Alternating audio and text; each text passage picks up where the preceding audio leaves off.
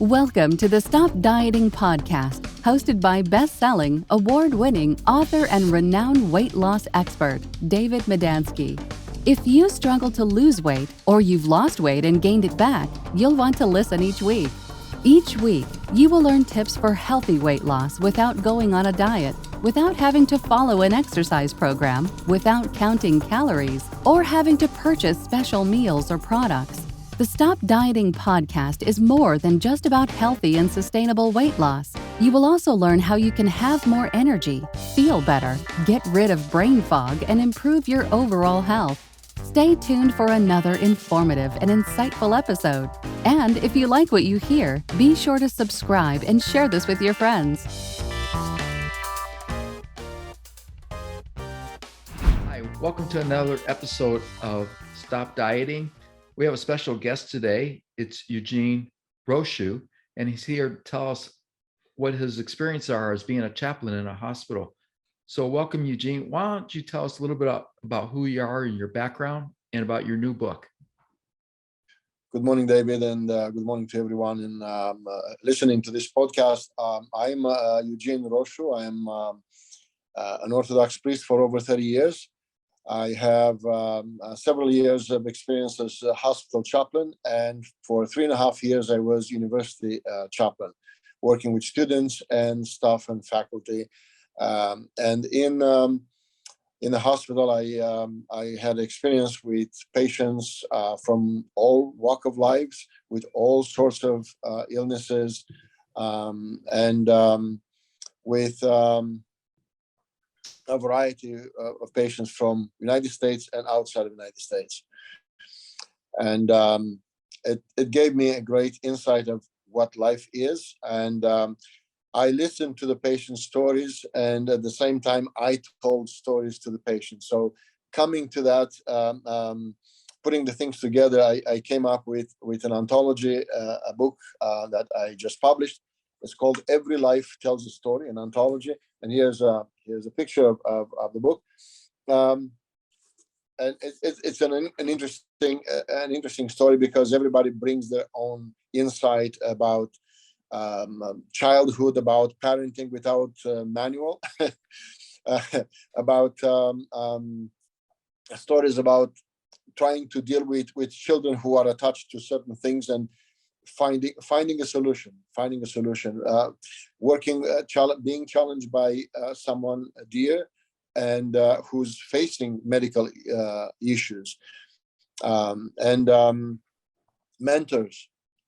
We all like to have a mentor, like to have somebody to turn around and ask for advice. What am I doing here? How can I move from this point forward, and so forth? So these stories are a blend of all sorts of interaction of life stories, and all stories are from heart, And I hope the stories will meet the reader's heart and have a vibe in between, create a vibe between the writer and the reader to connect and have a good interaction, even if they don't see each other, but a good interaction through the story.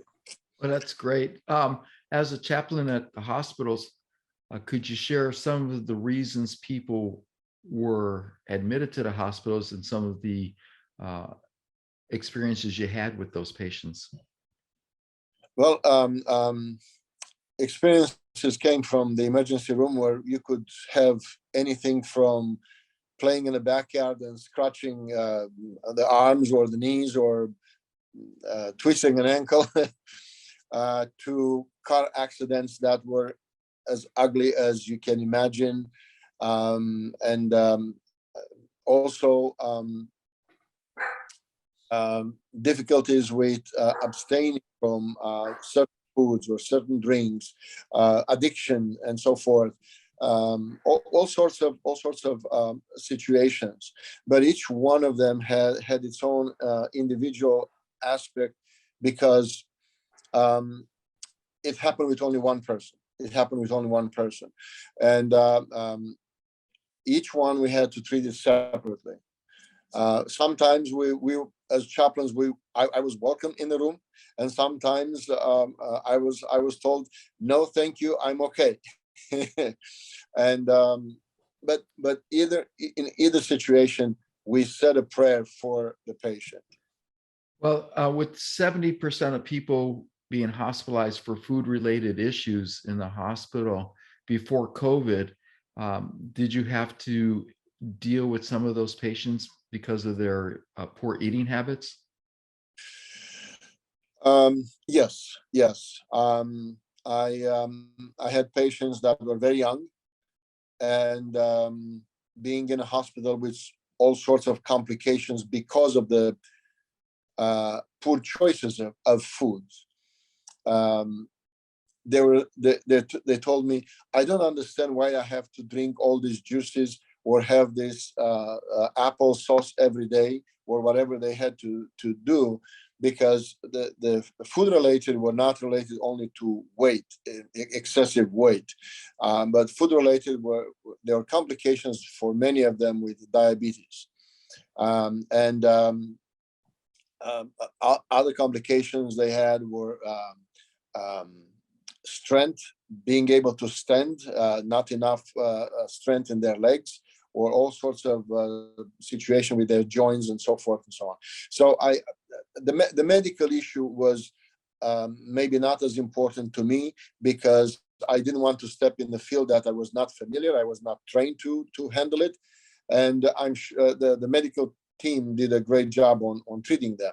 My role was to help them see their relationship with God and building that, or creating a bridge, finding a way that their mission in life is not to eat, or to eat bad foods, or to eat a lot of food. Is to eating is to sustain life, is not to enjoy without any limitation, without boundaries.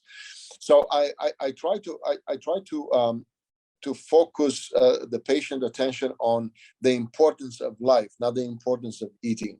And interesting enough, every patient that I talked to, they had big goals in life, big dreams, what to do. One young man told me that he wants to work as a missionary. He was in his early as a teenager, he was with a team as a missionary, but after that he didn't control his eating habits, and being overweight, nobody could take him overseas, outside of the United States, because of his health issues, and they didn't want to get into any kind of situation with him there. And I said, well, if you want to go again, if this is what you think God ordained you to do, then you need to control your habits of eating. You are here not because you missed one mission. You're in hospital because you missed eating healthy.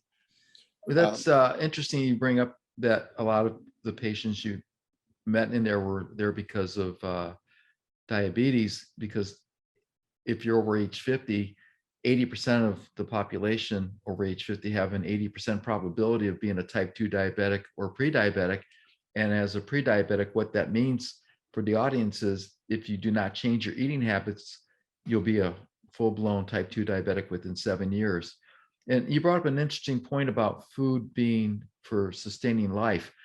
When I talk to my clients, I usually discuss that food should be looked at as fuel for the body. So I agree with you that food is not necessarily for socializing or for comfort or to relieve stress. And that's what most of us are doing today.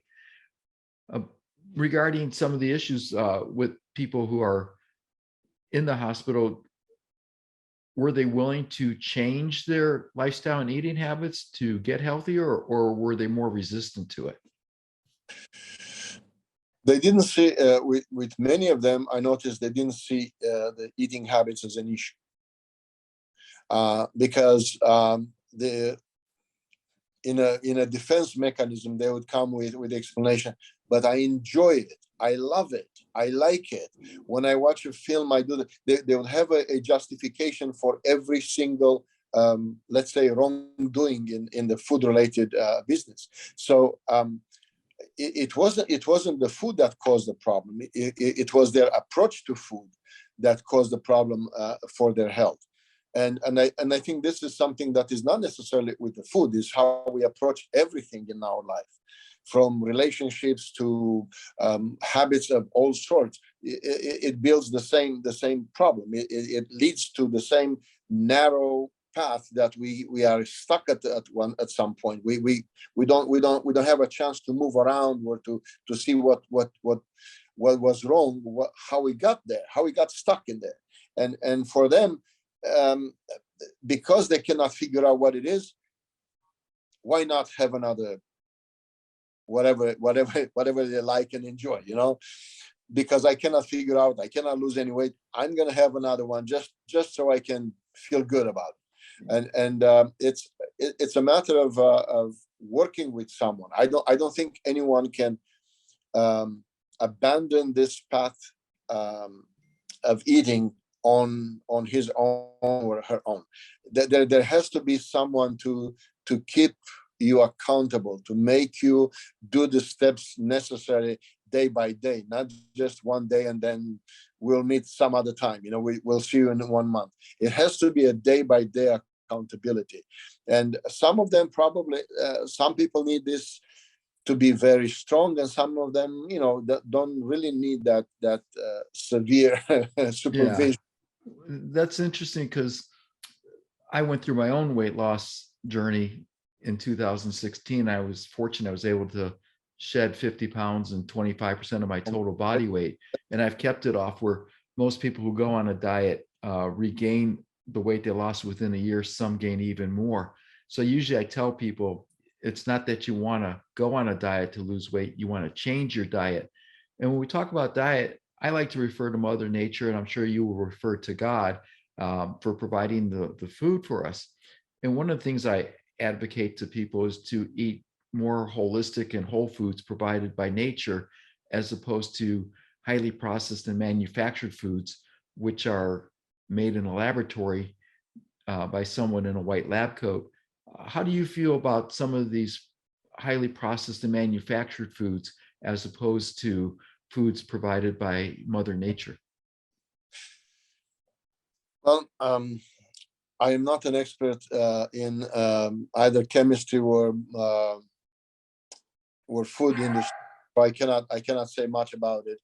But I would like to talk about what God provides for us, what Mother Nature is offering us every day. We all can have a piece of land somewhere that we can grow some fresh crops, or we can have some pots or some small garden everywhere around. Even in an apartment building, you can still grow a few plants, spices, if you wish to have some fresh spices in there, rather than dried, treated parsley or any other spices that we normally use. It's I think as a global society, we moved from providing our own food to depending on what is on the shelf in the store. And we can go around and check the content and see how much is original, how much is not original, and so forth and so on. But again, we now see every store has organic labels, and you see a carrot that is about 12 inches long and 1 inch wide, thick carrot. I doubt. I grew up on a little farm in Romania, and I've never seen everybody in that little village had a little garden with vegetables. I've never seen an organic carrot that is so big. Those grow with some kind of fertilization, some kind of intervention that is not natural. That's interesting, because I was doing some research and I noticed they were showing pictures of what a chicken looked like back in the 1940s, the 1960s, the 1990s, and today. And the chickens back in the 1940s and 50s are about a third of the size of what the chickens are today. So obviously it's not natural what they're doing to the food. And that's another thing I tell people. It's not so much the food they're eating, it's what they've done to the food that we're eating. Mm-hmm. Where can everybody purchase your book? My book has available on Amazon, and the title is "Every Life Tells a Story: an Anthology." It's important to have an anthology. Here, I have the title again, closer, and also my name would probably, if my name is typed in the search box of Amazon, the books will pop up. And how do you spell your name so the audience understands the spelling correctly? Okay, it is Eugen with a middle initial V, and the last name is Rosu. Oh, thank you so much, Eugen, for being a guest today. I really appreciate your insight and some of the insight you've been able to provide to the audience about people who've been in the hospital because of poor eating choices and what they can do to improve those eating choices. So thank you so much, and God bless. God bless you, and thank you for the opportunity. Thanks for listening to the Stop Dieting podcast. Remember to like and subscribe so you won't miss a single episode to get more healthy eating and lifestyle tips. Motivate and inspire others to be healthy by sharing with your friends.